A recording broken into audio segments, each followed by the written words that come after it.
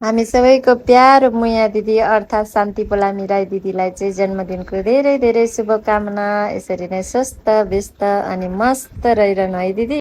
Hello hello साथीहरू, आज चाहिँ हामी बेलुकाको बेलामा एउटा पार्टीमा गएको थियौँ सबैजना फुल फ्यामिली मिलेर। यहाँ चाहिँ हाम्रो दाई हुनुहुन्छ अनि दिदीहरू पनि आउनु भइरहेछ। यता हाम्रो हिरो माइला भान्जो अनि त्यसपछि उहाँ दिदीहरू पनि हुनुहुन्छ। सबैजना चाहिँ यहाँ बर्थडेको लागि आएको छौँ। यता मेरो आमाजु दिदी, माइली जेठानी अनि छोरी, त्यस्तै गरेर यता जेठी जेठानी अनि दाई पनि बसिरहनु भएको छ। माइलो भान्जो पनि उहाँ भिडियो गर्दै हुनुहुन्छ। त्यसपछिको टाइम भनेको चाहिँ सेलिब्रेसनको टाइम थियो।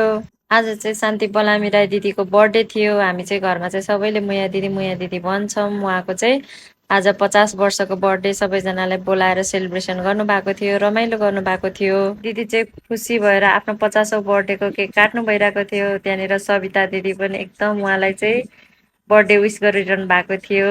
दिदीले चाहिँ पहिलो केक काटेर भिनाजुलाई खुवाउनु भयो। भिनाजु पनि खुसी भएर केक दिदीलाई खुवाइसकेपछि पुरै दलेर चाहिँ रमाइलो गर्नुभएको थियो। त्यसपछि दिदीको कान्छो छोरा र बुहारीले पनि गिफ्ट ल्याएर आफ्नो आमालाई गिफ्ट दिने कार्यक्रम भयो अनि भिनाजुले लगाइदिनु भइरहेको छ। त्यसपछि हामी सबैजनाले पालै पालो दिदीलाई जन्मदिनको धेरै धेरै शुभकामना दिएर एकछिन रमाइलो गर्यौँ।